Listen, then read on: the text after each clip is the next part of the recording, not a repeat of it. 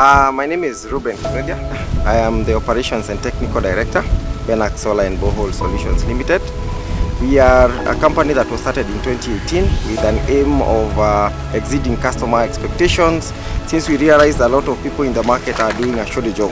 So ours is to make sure that every project that we are given, we deliver it to the best quality standard, and also by ensuring that we follow up with the customer with warranty whenever that is required, because we also noted that customers are taken in rounds in getting their warranties sorted out, especially when the cases of warranty are raised.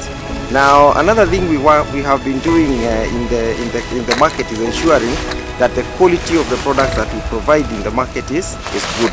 We noted that there are a lot of counterfeits and customers are falling for them.